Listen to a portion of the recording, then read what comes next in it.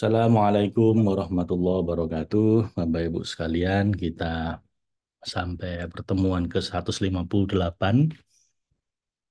tanggal 27 April 2024. Karena ini hari libur, kita agak longgar waktunya. Ya tambahi dengan Al-Hikam ya. Kok ini pas ini ayatnya ini. Kita akan mulai dari surat Al-Hijr ayat 49 dan Al-Hikamnya nanti hikmah ke-49. Kita berdoa dulu, semoga Allah memberkahi ilmu yang kita pelajari ini liridhoillah wa li syafaati rasulillah ala hadini ya kullin yadim salihah summa ila hadratin nabiyil mustafa Muhammad sallallahu alaihi wasallam wa ala alihi wa ashabihi wa dzurriyyatihi wa ahli baiti ajma'in summa ila hadrat jami'il anbiya'i wal mursalin wa syuhada'i was salihin summa ila hadratin jami'il malaikatil muqarrabin wal muwakkilin summa ila hadrat jami'il awliya'illah Abil khusus Syekh Abdul Qadir Al-Jailani Qaddasallahu sirrah wa Syekh Ibnu Athaillah Sakandari Qaddasallahu sirrah wa usulim wa furu'ihim summa ila hadrat jami'il masyayikhina Abil khusus Syekh Fadil Al-Jailani Qaddasallahu sirrah Syekh Salim Bahris Qaddasallahu sirrah summa ila hadratin wali walidina warhamhumma kama rabbayana shighara lahum al-fatihah. A'udzu billahi minasyaitonir rajim. Bismillahirrahmanirrahim. Alhamdulillahi rabbil alamin. Arrahmanir rahim. Maliki yaumiddin. Iyyaka na'budu wa iyyaka nasta'in. Ihdinas siratal mustaqim. Siratal ladzina an'amta 'alaihim ghairil maghdubi 'alaihim waladdallin. Amin. Subhanaka la ilma lana illa ma 'allamtana innaka antal alimul hakim. Allahumma anfa'na bima 'allamtana wa 'allimna ma yanfa'una. Raditu billahi rabba wa bil islami dina wa bi Muhammadin nabiyya wa rasula. Rabbi zidni ilma warzuqni fahma. Amin. Kita masuk surat Al-Hijr ayat 49.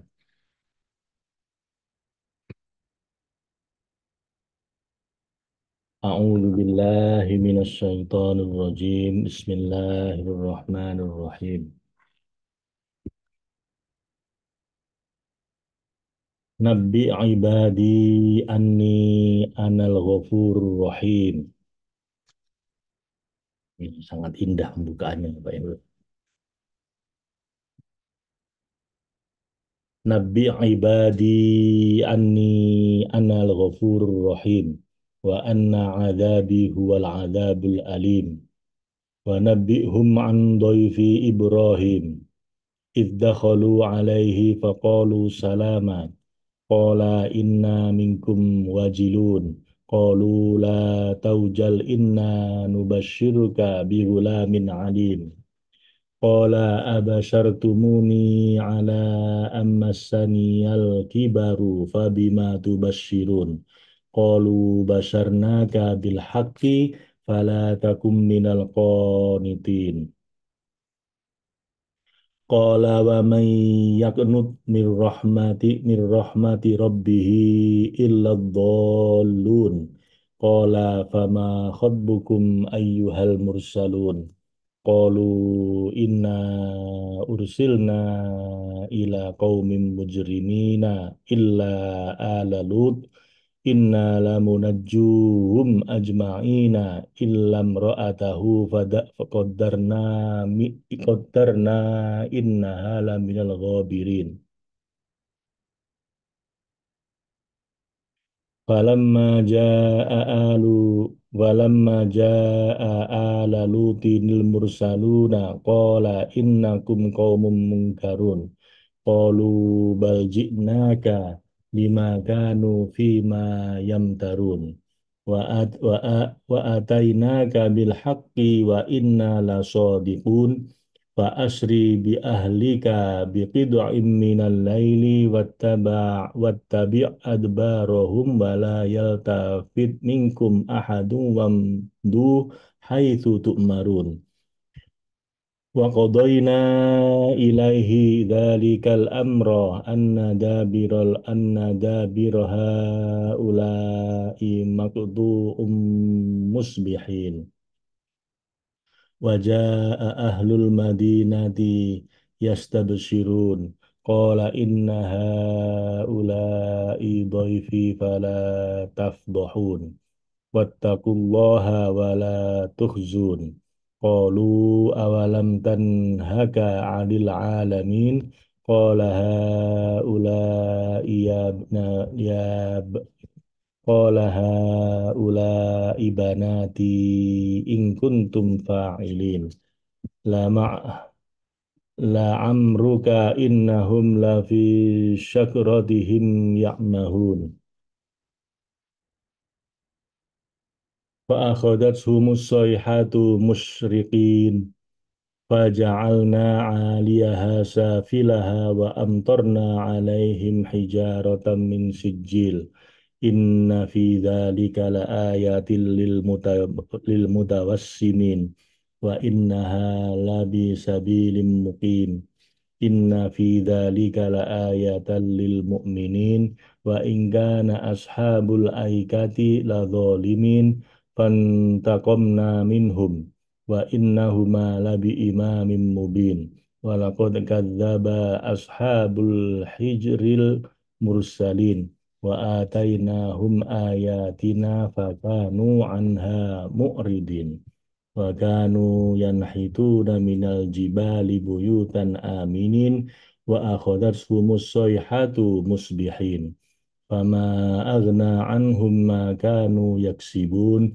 وما خلقنا السماوات والأرض وما بينهما إلا بالحق وإن الساعة لآية وإن الساعة لآية فاصفح الصفصح الجميل إن ربك هو الخلاق العليم ولقد آتيناك سبعا من المثاني والقرآن العظيم لا تمدن عينيك إلى ما متعنا به أزواجا منهم ولا تحزن عليهم واحفظ جناحك للمؤمنين وقل إني أنا النذير المبين كما أنزلنا على المقتسمين الذين جعلوا القرآن عضين فوربك فلنسألنهم أجمعين عما كانوا يعملون فاصدع بما تؤمر وأعرض عن المشركين إنا Inna kafainakal mustahzi'in alladzina yaj'aluna ma'allahi ilahan akhar fasawfa ya'lamun walaqad na'lamu annaka yadhiqu sadruka bima yaquluna fasabbih bihamdi rabbika wa kum minas sajidin wa'bud rabbaka hatta ya'tiyakal yaqin. Sadaqallahul azim wa sadaqa rasuluhul karim wa ana ala dzalika minasyahidin. Itu sampai ayat ke-99 surat Al-Hijr dan sampai akhir ayat itu. Jadi 50 ayat tadi yang kita baca apa ya.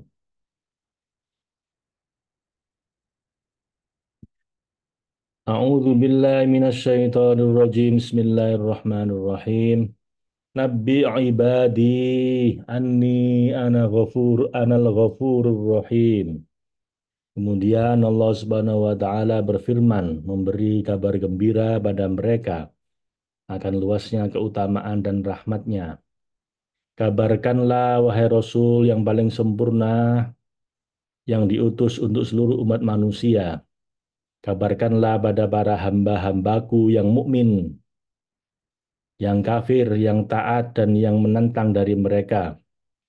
Kabarkanlah pada semua mereka, Anni, bahwa sesungguhnya atas kesempurnaan kebaikan dan kasihku pada mereka, Anal Ghafurur Rahim, bahwa akulah Tuhan yang Maha Pengampun dan mengampuni siapa saja yang kembali padaku, yang mau bertobat dan memohon ampun dari lubuk hatinya yang paling dalam dengan penuh rasa penyesalan. Dan aku juga lagi Maha Penyayang. Aku mengasihi mereka, menerima tobat mereka, dan memaafkan segala kesalahan mereka. Wa anna adzabi huwal adzabul alim. Dan juga kabarkan pula pada mereka bahwa sesungguhnya azabku, pembalasan dan hukumanku atas mereka yang bersikukuh menentangku dan terus meninggalkan ketaatan ketundukan padaku, azabku itu adalah azab yang sangat pedih dan sangat menyakitkan yang tak seorang pun dapat selamat darinya. Inilah Bapak Ibu sifat paradoks ya. Sifat sepertinya saling bertentangan dari Allah ini. Tapi memang seperti itu. Satu sisi Allah berfirman menegaskan bahwa anni Nabi ibadi anni anal ghafurur rahim. Kabarkanlah bahwa aku ini Maha Pengampun, Maha Penyayang. Tapi juga wa anna adabi wal adabul alim. Tapi kalau Allah udah marah, udah turun adabnya, adabku juga amat pedih. Memang begitu apa? Kita pun harusnya meniru Allah seperti itu juga gitu ya. Jadi kadang-kadang kalau terlalu sayang, terlalu cinta itu akhirnya kurang wibawa. Sementara kalau terlalu keras, ya itu jadi zalim nanti. Maka Allah mempunyai dua sifat ini. Di satu sisi dia sangat maha pengampun, maha penyayang, tapi di sisi yang lain dia juga memiliki adab yang sangat pedih. Tinggal mudah-mudahan kita ini dihadapi sama Allah dengan kasih sayangnya, bukan dengan adabnya itu. Kalau Allah mau menegakkan keadilan, Bapak Ibu, kita nggak ada yang selamat. Oh, kita ini banyak dosanya semua. Kita berharap Allah memandang kita dengan ainur rahmah, dengan pandangan yang penuh kasih sayang. Tapi kita pun juga harus waspada, artinya nggak boleh sembrono. Karena kalau Allah udah marah, hadapnya yang turun, nggak ada yang bisa nyegah, Bapak Ibu. Hadapnya sangat pedih. Wa anna azabi huwal azabul alim. Wa nabbi'hum an dhaifi Ibrahim. Dan jika mereka mengingkari nikmat dan pembalasanku, kabarkanlah pada mereka tentang tamu-tamu Nabi Ibrahim. Siapa tamu-tamunya itu? Idzakhalu alaihi faqalu salama. Ketika mereka masuk ke tempatnya Nabi Ibrahim, ya tempatnya beberapa pemuda dengan penampilan yang bersih, klimis, tampan, dan rupawan. Lalu mereka mengucapkan beberapa hal sebagai penyambutan penghormatan dengan mengatakan salam. Kami mengharapkan keselamatan untukmu. Kemudian saat Ibrahim tahu melalui cahaya kenabiannya bahwa tamu-tamu itu adalah para malaikat yang datang untuk mengemban tugas penting, qala inna minkum wajilun, berkata Nabi Ibrahim dalam bentuk yang tak biasa. Sesungguhnya kami merasa takut padamu. Takut karena mereka datang dengan tiba-tiba dan masuk dengan cepat tanpa izin terlebih dahulu, seperti kebiasaan para musafir dan mereka sama sekali tidak menampakkan bekas-bekas perjalanan. Qalu la taujal inna nubashiruka bi ghulamin alim. Mereka para tamu itu, para malaikat itu berkata untuk menenangkan Nabi Ibrahim dari ketakutan keterkejutannya, janganlah kamu merasa takut pada kami. Sesungguhnya kami memberi kabar gembira padamu dari Tuhanmu dengan kelahiran seorang anak laki-laki yang akan menjadi orang yang alim, yang akan mengemban risalah kenabian dan hikmah yang sempurna. Qala, berkata Nabi Ibrahim alaihissalam, ia mempertanyakan tentang hal yang disampaikan oleh mereka, seakan ia menganggap apa yang dikatakan oleh mereka itu adalah sesuatu yang mustahil. Kemudian Nabi Ibrahim bertanya, Abas, abasyartumuni.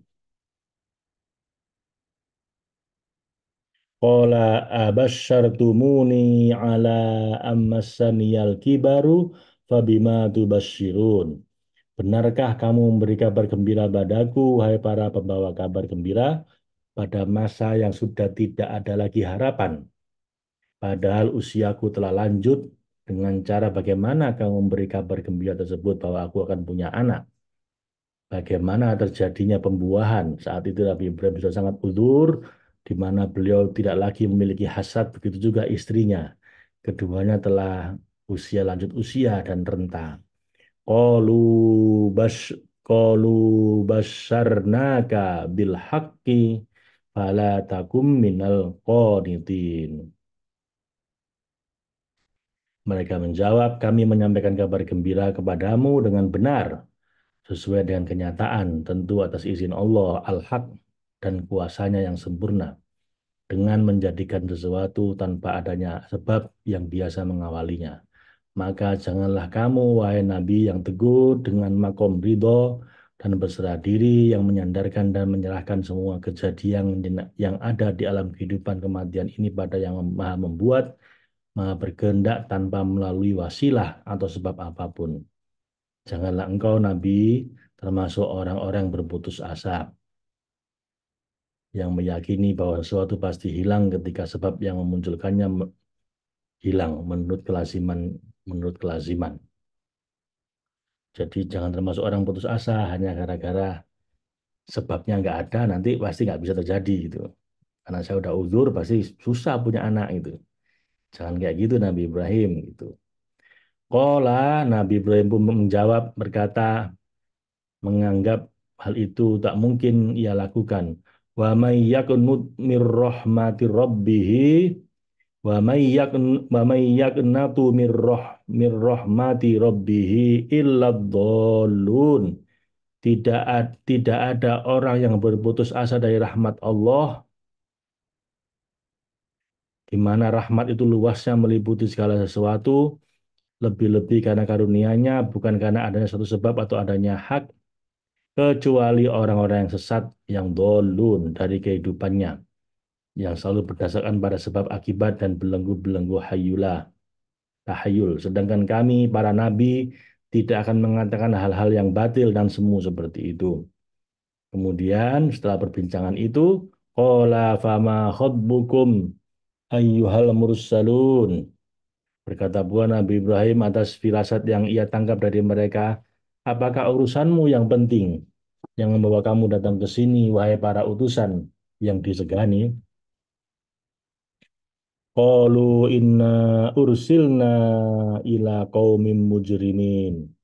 Mereka pun menjawab para malaikat itu, kami sesungguhnya diutus kepada kaum yang berdosa, yang keluar dari batasan akal, syariat, dan tabiat, karena perbuatan keji yang mereka lakukan itu menjijikkan, yang menurut akal dan tabiat. Jadi bagaimanakah lagi syariat memandangnya? Itulah sebabnya hari ini kami membinasakan mereka, sekaligus sesuai dengan perintah Allah dan kuasanya. Illa ala Lut, kecuali para pengikut Lut, Nabi Lut, semua anggota keluarganya, dan mereka yang beriman padanya. Inna lamunajjuhum ajma'in, sesungguhnya kami akan menyelamatkan mereka semuanya, para pengikut Nabi Lut itu, karena mereka adalah orang-orang yang maksum lagi taat.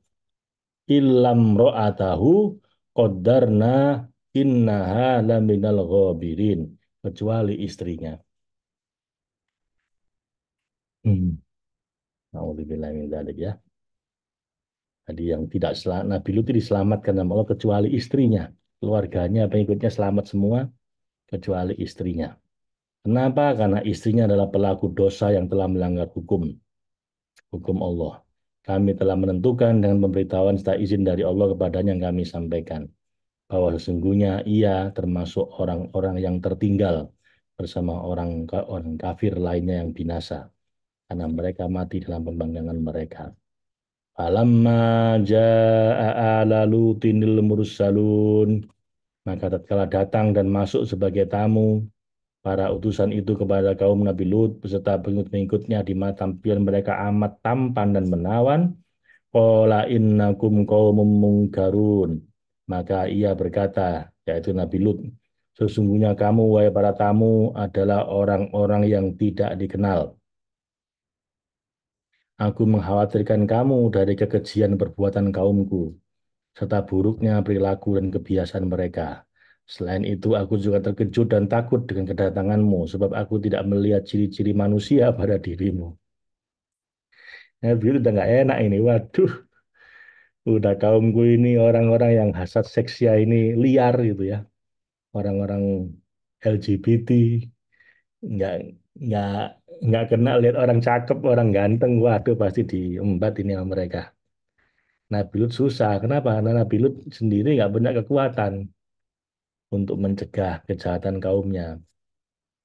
Di satu sisi seperti itu. Di sisi yang lain, Nabi Lut juga khawatir. Ini kayak bukan manusia orang ini. Gantengnya ini nggak kayak manusia gitu.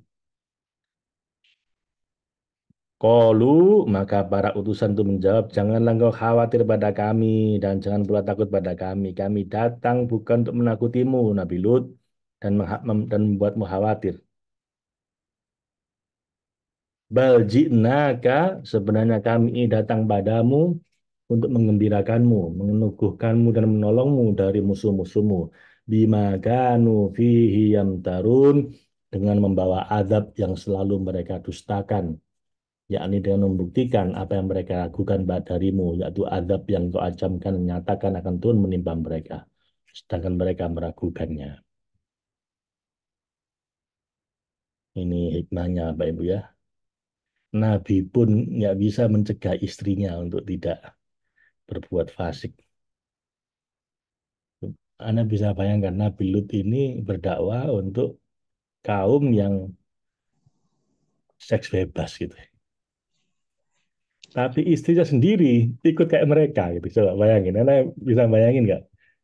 Sumpeknya seorang suami lihat istrinya malah ikut-ikutan seks bebas kayak kayak kaumnya ini. Tapi ya itulah Pak Ibu, sering di training kan saya katakan, kita nggak bisa ngasih hidayah pada seseorang. Ya, Anda jadi Anda jangan sedih, kalaupun orang yang Anda cintai kok masih belum seperti yang Anda inginkan. Ini masih remeh, masih banyak harapan. Para nabi ini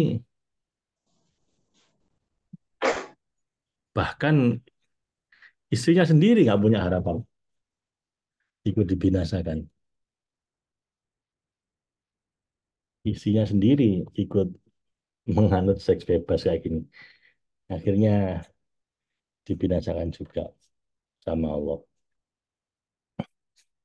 Nauzubillah min dzalik. Kita masih perlu bersyukur walaupun kita punya orang yang kita cintai belum seperti yang kita inginkan. Ya, nggak separah itu Bapak Ibu ya. Paling nggak masih mau sholat bareng kan, masih mau sholat. Masih ya kadang-kadang berantem tapi kan juga masih nggak separah istrinya Nabi Lut seperti ini. Anda nggak susah kayak ini. Nabi berdakwah pada kaum yang seks bebas, yang LGBT, istrinya sendiri ikut seperti kaumnya. Nggak sumpek. Masya Allah ini.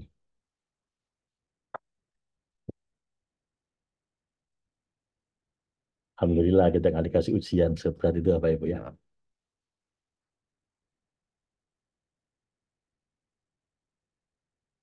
Wa atainaka bil haqqi wa inna lasadiqun. Dan kami datang padamu membawa kebenaran yang sesuai dengan kenyataan. Dan sesungguhnya kami betul-betul orang-orang benar tentang yang kami katakan padamu. Kami orang-orang yang yang sodikun, yang benar perkataan kami ini. Dan sekaranglah waktu turunnya adab yang Allah ancamkan pada mereka itu. Fa asri bi ahlika bi qid'im minal laili wattabi adbarahum.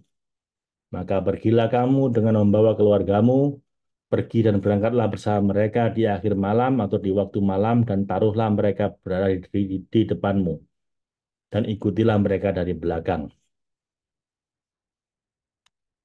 Saat itu juga azab akan menimpa kaummu seketika saat kamu telah keluar dari tempatmu. Jika keluargamu berada di belakangmu, mereka akan tertimpa sebagian dari azab itu. Jadi diminta jalan di depan apa orang-orang yang diselamatkan ini. Nabinya di belakang. Karena pembatasan Nabi itu. Di belakangnya Nabi hancur semua gitu. Ya Allah. Wala yaltaqit minkum ahada. Dan setelah kamu semua keluar darinya, janganlah seorang pun di antara kamu menoleh ke belakang. apalagi melihatnya, agar tidak tertimpa azab seperti mereka, dan juga agar tidak merasakan ketakutan. Wamdu haitsu tu'marun, dan teruskanlah berjalan ke tempat yang diperintahkannya dan yang diperintahkan padamu. Wa qadaina ilaihi dzalikal amro, dan telah kami wahyukan padanya, kami perintahkan kepada Lut melalui wahyu padanya perkara itu yang besar, yang menyeramkan. Anna dabiro haula'i maqtu'un musbihin. Perkara itu yang besar, yang menyeramkan, yaitu bahwa mereka akan ditumpas habis kaum yang telah melakukan dosa melampaui batas itu secara tiba-tiba pada waktu subuh, saat mereka memasuki pagi hari. Wajah ahlul madinati yastabshirun, dan setelah para malaikat itu menyampaikan kebenaran pada Nabi Lut, datanglah penduduk kota itu, yakni kaum Sodom, bergegas menuju rumah Lut dengan gembira. Kan mulai kan, karena lihat orang ganteng kok tiba-tiba ada tamu-tamunya Nabi Lut, ganteng-ganteng ini. Nah, mulai mereka datang ke rumah Nabi Lut. Mereka memandang tamu Nabi Lut dengan takjub, berharap dapat berkencan dengan mereka yang rupawan itu di dekat rumahnya. Qala inna haula'i dhaifi fala tafdohun. Nabi Lut berkata pada mereka atas kasih sayang kenabiannya, meski pembinasan mereka telah ditetapkan. Sesungguhnya mereka para musafir adalah tamuku yang bermalam di rumahku, maka jangan kamu mempermalukan aku dengan berlaku keji terhadap mereka, karena itu sama saja menyakitiku. Wattaqullaha wala tuhzun, dan bertakwalah pada Allah dari perbuatan yang dilarangnya dan kecenderungan pada sesuatu yang diharamkannya.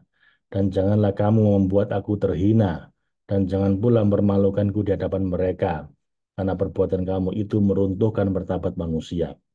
Kemudian qalu, mereka berkata pada Nabi Lut, apakah engkau menghalangi kami dari mereka seperti halnya engkau melarang perbuatan serupa yang kami lakukan pada orang-orang seperti mereka sebelumnya?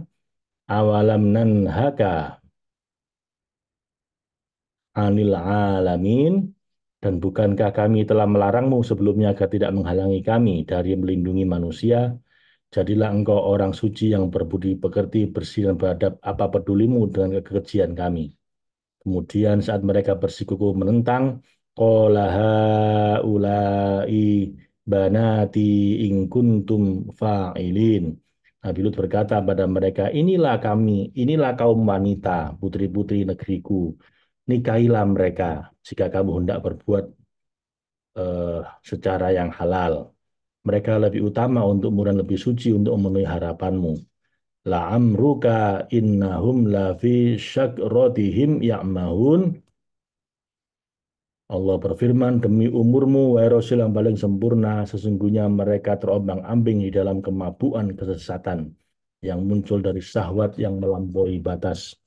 Mereka tidak mau mendengar nasihatnya, lalu bagaimana mereka mau menerima dan memahaminya.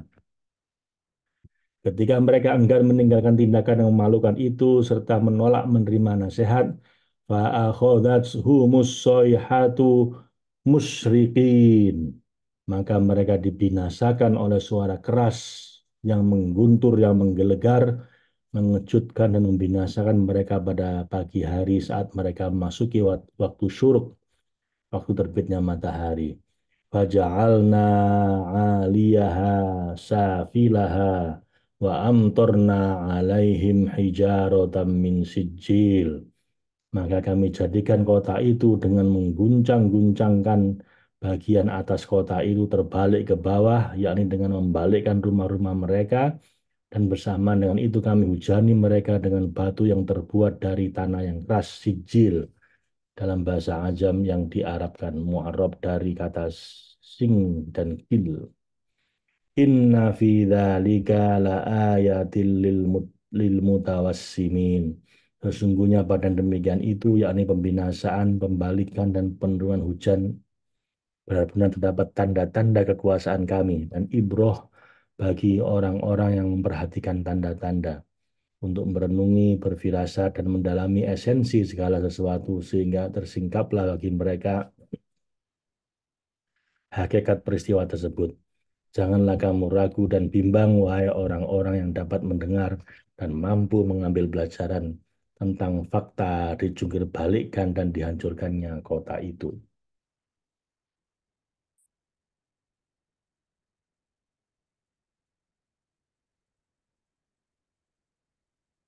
Wa innaha labisabilim mukim, dan sesungguhnya kota itu, yakni kota Sodom, benar-benar terletak di jalan yang masih dilalui manusia, jalan yang masih biasa dilewati banyak orang, dan mereka masih bisa melihat jejak dan keruntuhannya. Inna fi dzalika laayatal lil mu'minin.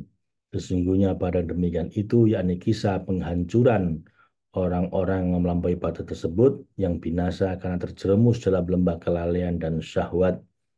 Itu benar-benar terdapat tanda-tanda kekuasaan Allah bagi orang-orang yang beriman, yang tunduk dan takut pada kekuatan Allah dan amarahnya, yang mengharapkan dan orang-orang yang mengharapkan ampunan dan rahmat dari Allah.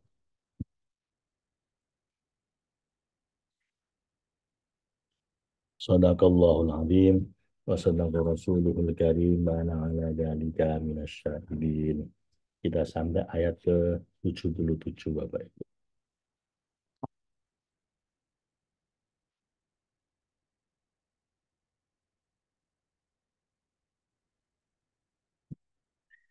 Kita lanjutkan dengan eh, Al-Hikam ya. Jadi kita sampai ayat ke 77.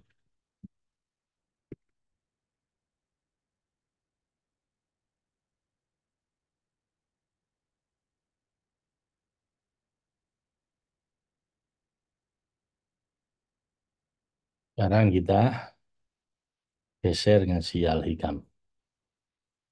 Hikmah yang ke-49.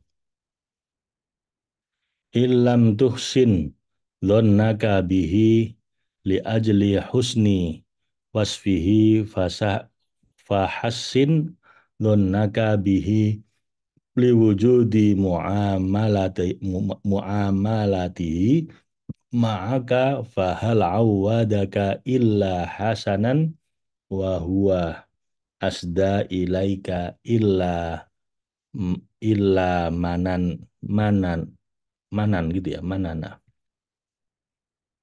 If you have not improved your thinking of him because of his ineffable nature, improve it because of his treatment of you.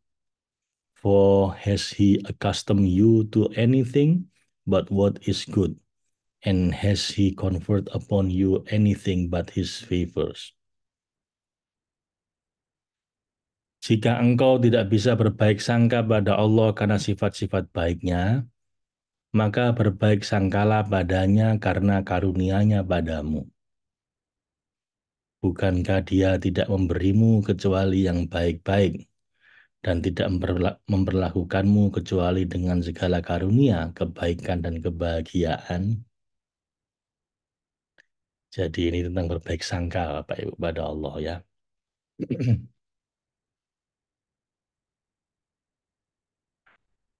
Dulu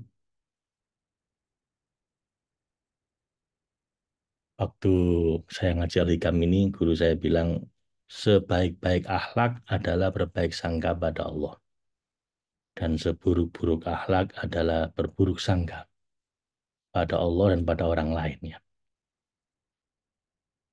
Saya dulu nggak begitu paham karena merasa kan cuman prasangka. Prasangka kan kita nggak sampai nembilingin orang gitu kan, nggak sampai ngambil uangnya orang. Cuma dalam hati saya saja saya berprasangka baik sama dia, berprasangka buruk sama dia. Kenapa itu jadi ukuran akhlak gitu ya?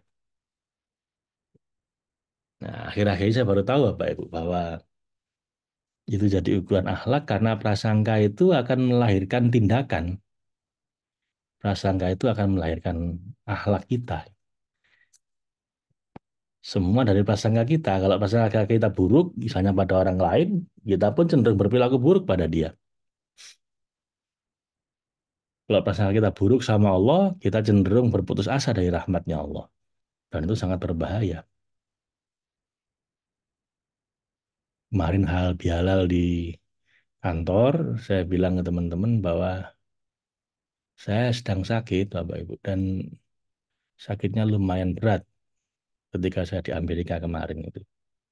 Sampai saya yang biasanya nggak pernah berdoa ingin sembuh ya. Saya sakit doanya seperti doa kita selama ini. Ya Allah, saya saya ikhlas, saya pasrah. Jadi hampir nggak pernah saya sakit itu sampai berdoa, ya Allah sembuhkanlah saya. Itu seingat saya hampir nggak pernah kayaknya. Kecuali kemarin waktu di Amerika itu, Bapak Ibu. Karena udah sangat parah dan saya nggak bisa ke dokter, nggak bisa ke apotek karena nggak ada resep dokter juga. Nah, akhirnya subuh itu saya berdoa karena nafas saya kayak mau ketutup jalan nafas saya ini sama bengkak di mana tenggorokan ini kayak mau nutup jalan nafas gitu. Jadi saya saat subuh di masjid di San Francisco itu saya berdoa gitu. Dan doa saya itu agak lucu ya. Ya Allah saya ini kan jarang berdoa gitu. Itu doa saya. Selama ini saya dikasih apapun ya Allah saya ikhlas saya ridho pokoknya. Saya itu berdoa malu soalnya. Bahkan ketika umroh kemarin pun saya mau berdoa itu malu Bapak Ibu. Cuman kemarin karena kepepet saya berdoa gitu. Saya ini kan jarang berdoa ya Allah. Cuman kali saya mau berdoa ya Allah. Saya berdoa padamu paling tidak ini jangan nafas saya jangan sampai ketutup. Karena kalau ketutup di negara orang repot ini. Bisa masuk IGD saya. Besok saya mau pulang naik pesawat 25 jam pesawatnya. Ini kalau saya nggak bisa nafas gimana nih? Jadi pagi itu saya berdoa Pak Ibu subuh-subuh itu karena saya doa mentok saya. Dan doa saya sederhana. Saya berdoa untuk sembuh aja malu Bapak Ibu. Jadi saya tidak berdoa untuk sembuh, saya berdoa untuk paling tidak jalan nafas saya nggak ketutup sampai saya pulang gitu. Dan dipenuhi sama Allah, Alhamdulillah saya balik ke penginapan, besok saya tidur sebentar, begitu bangun tidur, mulai agak plong, masih sakit. Oh, emang saya nggak berdoa untuk sembuh ya, tapi paling nggak jalan nafas saya nggak ketutup. Jadi sepanjang saya di pesawat itu 25 jam plus 7 jam karena pesawatnya sempat balik lagi ke mendarat darurat di Kanada di Calgary gara-gara ada medical emergency ada orang yang sakit. Itu saya dalam kondisi yang sakit parah itu ya saya apa ya itu naik pesawat yang paling menderita ya Pak yaitu 32 jam Bapak Ibu coba bayangin Anda 32 jam duduk di kursi tengah-tengah di kursi ekonomi yang sesempit itu dalam kondisi sakit makan tuh susah. Saya makan pesawat tuh biasanya habis. Kemarin tuh saya makan separuh, cuma sekedar supaya nggak supaya survive aja supaya nggak sampai tambah sakit. Tapi tiap nelan itu sakit sekali karena tenggorokan saya ini lagi radang. Jadi tiap suapan makanan tuh sakit. Mengunyahnya pelan-pelan begitu menelan tuh tiap nelan itu sakit karena ngelewati jalan yang tentang kesakitan itu. Tapi saya alhamdulillah karena saya udah berjanji di hadapan Allah asal saya nggak ketutup jalan nafas saya udah alhamdulillah udah. Karena kalau ketutupan nafas sudah emergensi kan harus masuk ke IGD dan lain-lain di negara orang, waduh ribet nanti. Saya mau ke rumah sakit kata teman saya kemarin mas masukkan anak saya ke IGD, cuman 4 jam di IGD itu, tagihannya 11.000 dolar, hampir 200 juta. Untung pakai asuransi, makanya kalau mas nggak ada asuransi repot ini kalau di Amerika ini. Ya, ya, ya, wis. Saya telan kesakitannya. Itu kemarin seperti itu, Pak Ibu. Dan sekarang masih sisa kan, masih ada sakitnya. Udah nggak sakit, tapi masih ganjel di sini dan belum boleh bener. Nah, saya bilang kemarin waktu ada hal bihalal, Bapak Ibu. Dalam kondisi sesakit apapun, jangan pernah putus asa dari rahmat Allah. Jangan pernah berprasangka buruk sama Allah. Di situ aja. Anda mau merintih kesakitan, mau apapun boleh, asal di hati kita, ya Allah, saya ini menderita, saya ini sakit, ya Allah. Hampir nggak kuat saya ini, tapi saya ridho. Harus gitu, Bapak Ibu. Makanya itu doa kita kan. Tapi saya ikhlas, saya ridho, ya Allah. Saya ini hamba, engkau adalah Tuhannya. Jadi sebagai hamba dia apa-apakan, ya saya terima dengan ridho. Saya nggak komplain. Anda mau berdoa sembuh boleh, Bapak Ibu. Tolong sembuhkan saya, ya Allah, nggak apa-apa juga. Kayak kemarin saya itu tolong paling tidak nggak ketutup jalan nafas saya, ya Allah. Saya masih kau beri sakit, saya nggak apa-apa. Karena saya sadar dosa saya ini banyak. Jadi kadang sakit itu nggak perlu berdoa cepat sembuh, Bapak Ibu. Kenapa? Ya karena untuk menebus dosa kita. Jadi jangan pengen cepat-cepat sembuh. Biar habis dulu dosanya gitu kan, Bapak Ibu. Tapi terserah Anda, ada pengen cepat sembuh pun juga boleh. Yang penting jangan komplain, itu aja loh, Bapak Ibu. Yang penting jangan sampai berprasangka buruk sama Tuhan. Yang penting jangan berputus asa dari rahmatnya Allah. Anda berdoa silahkan, nggak apa-apa.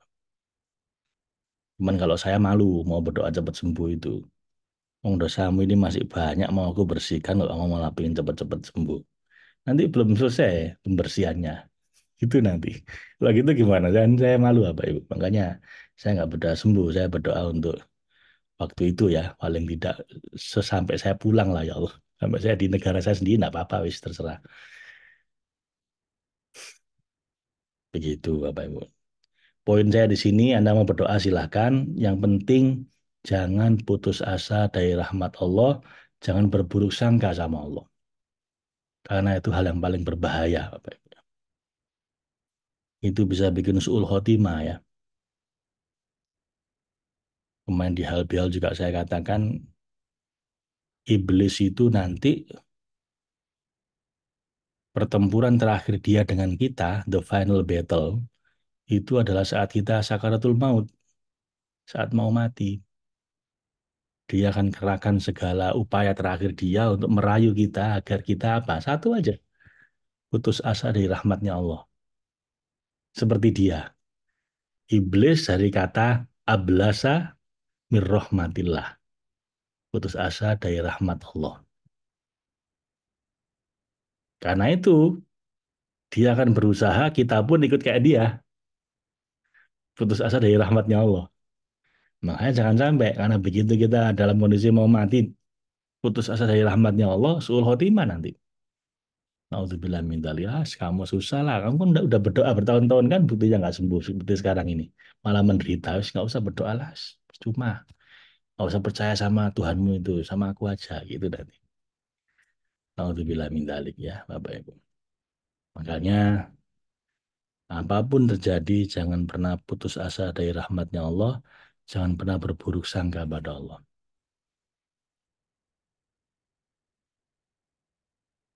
Oh, beliau ini apa Ibu namanya Kiai Haji Jamaluddin Ahmad. Beliau ini pengajar Al-Hikam ya. Jadi adik saya yang terakhir itu di pesantren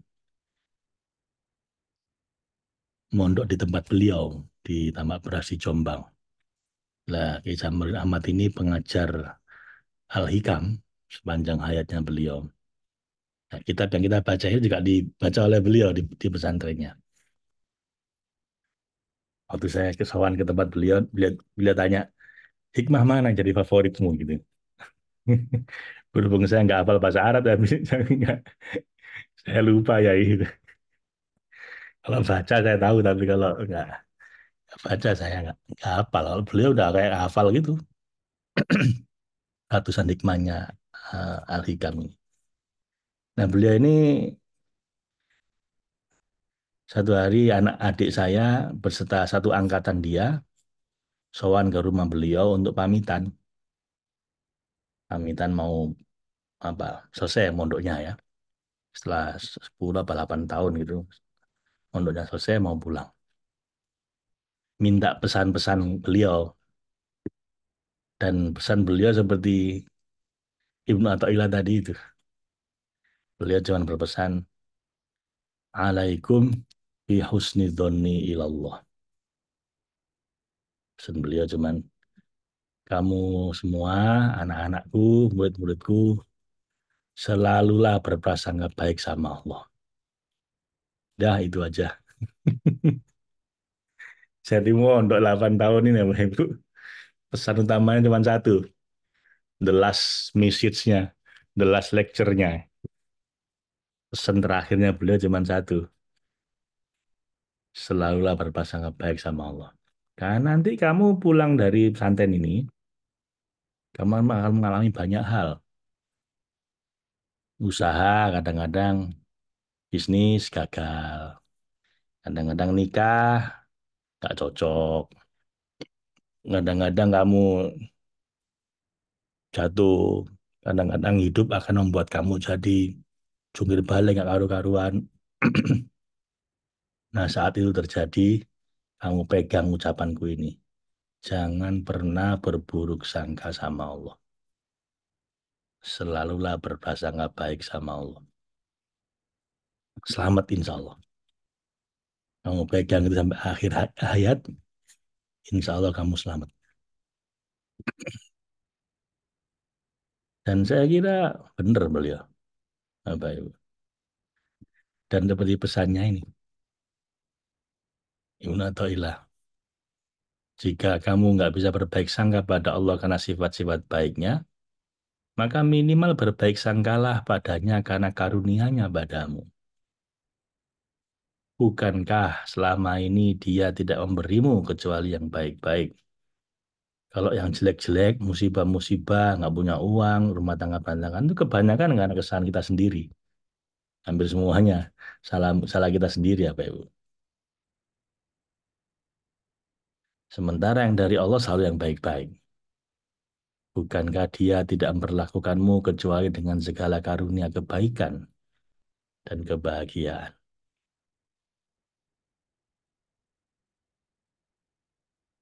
Dan sebaik-baik husnudon adalah saat kita sedang menerima musibah. Nah, seakan menerima musibah. Seakan artinya sebenarnya bukan musibah itu. Jadi walaupun saya sedang sakit di Amerika kemarin itu ya bukan musibah sebenarnya. Pasti ada hikmahnya. Saya baru ikut training 2 hari ya, Pak. Jadi nggak dapat sertifikat saya karena hari ketiga sama keempat saya nggak bisa masuk. Untungnya saya udah paham hampir semua materinya ada di handout dan saya tanya udah semua materinya tinggal latihan-latihan kata beliau. Ya sudah. Pas setelah itu saya sakit akhirnya nggak bisa datang ke tempat pelatihan nggak dapat sertifikat akhirnya saya. Gimana? Jauh-jauh ke sana waktunya Lebaran habis berapa 60-70 juta sampai sana malah sakit. Musibah bukan apa ibu itu. Nah, harus husnuzon. Seakan itu musibah. Bukankah itu semua karena Allah hanya ingin membuat kita jadi hamba yang lebih baik, lebih banyak pahala, lebih mesra dengannya, lebih mesra ya, bukan meresain.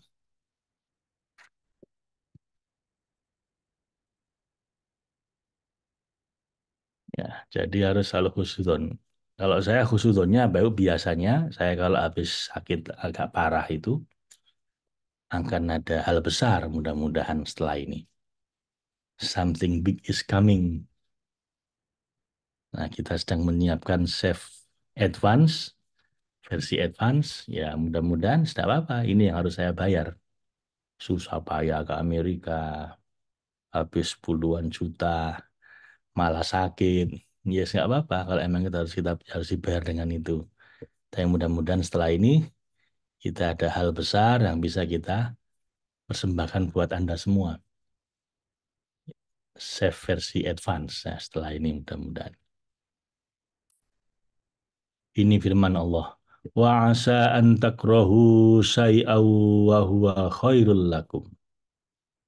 Bisa jadi kamu tidak suka sesuatu padahal itu baik bagimu. Fa'asa an takrahu syai'aw wa huwa yaj'alallahu fihi wa asa an takrahu syai'aw wa yaj'alallahu fihi khairan katsira.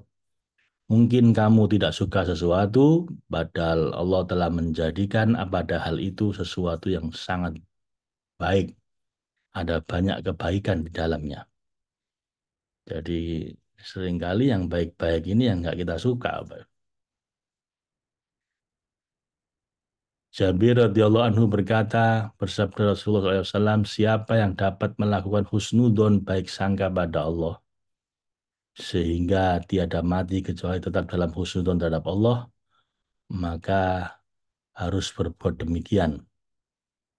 Kemudian beliau membacakan ayat wadzalikum dzannukumul ladzi dzanantum bi rabbikum ardakum fa asbahtum minal khasirin. Dan demikian itu adalah prasangkamu yang telah kamu sangka terhadap Tuhanmu, prasangka itu telah membinasakan kamu, maka jadilah kamu termasuk orang-orang yang merugi. Jadi kalau kita berprasangka buruk, itu yang akan menghancurkan kita. Maka ada sahabat Jabir mengutip Rasulullah, tetaplah berhusnudon sama pada Allah sampai akhir hayat gitu ya. Jadi janganlah mati kecuali dalam kondisi husnudon sama Allah. Ibnu Mas'ud radhiyallahu anhu bersumpah, demi Allah tiada seorang yang baik sangka terhadap Allah melainkan pasti Allah akan memberikan padanya apa yang ia sangka.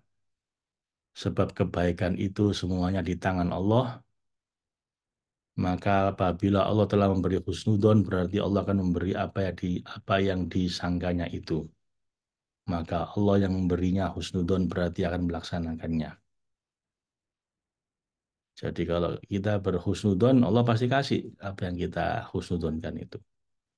Abu Sa'id Al-Khudri radhiyallahu anhu berkata, Rasulullah SAW menyambangi orang sakit. Maka Rasulullah bertanya pada orang yang sakit itu, bagaimana perasaan kamu terhadap Tuhanmu? Jawabnya, ya Rasulullah husnudon. Maka Nabi bersabda, sangkalah sesukamu pada Allah, maka Allah akan memberi apa yang engkau sangkakan. Dalam hadis qudsi disebutkan, Ana inda dhonni abdi bi. Aku perlakukan hambaku sesuai prasangka dia padaku. Dan ini ternyata Bapak Ibu juga ada dalam ciri-ciri orang beruntung. Kalau Anda ikut training chef, Anda pasti belajar ini ya Bapak Ibu ya. Tentang luck faktor, tentang prinsip orang-orang beruntung. Penelitian dari Profesor Richard Wiseman di Inggris. Dan tentang orang-orang selalu beruntung sama orang-orang selalu sial. Dan ciri-ciri nomor 3 adalah orang beruntung itu selalu berprasangka baik. Orang sial selalu berprasangka buruk. Nah, ini pembuktian ilmiah. Tidak hanya ilahiyah tapi juga ilmiah. Bahwa dengan berprasangka baik kita akan jadi orang yang beruntung. Kalau lebih lengkap silakan ikut trainingnya ya. Nanti tanggal 4 sama 5 Mei. 4 sama 5 Mei kita training. Oh, sorry. Ini ada di training abundance sekarang. Di TS sudah nggak kita bahas, tapi di mentoring abundance. Itu kita bahas ini. Kita praktekkan bahkan. Hikmah ke-50 kita bahas nanti di pertemuan berikutnya insya Allah. Ini tenggorokan saya udah mulai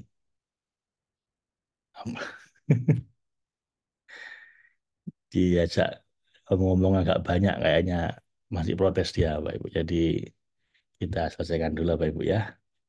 Mudah-mudahan nanti di pertemuan berikutnya kita bisa bahas lagi. Terima kasih. Allahumma rahamna bil Quran waj'alhu lana imama wa nura wa huda wa rahmah. Allahumma dzakirna minhu ma nasina wa 'allimna minhu ma jahilna warzuqna tilawatahu ana al-laili wa adrafan nahar waj'alhu lana hujjatan ya rabbal alamin. Assalamualaikum warahmatullahi wabarakatuh.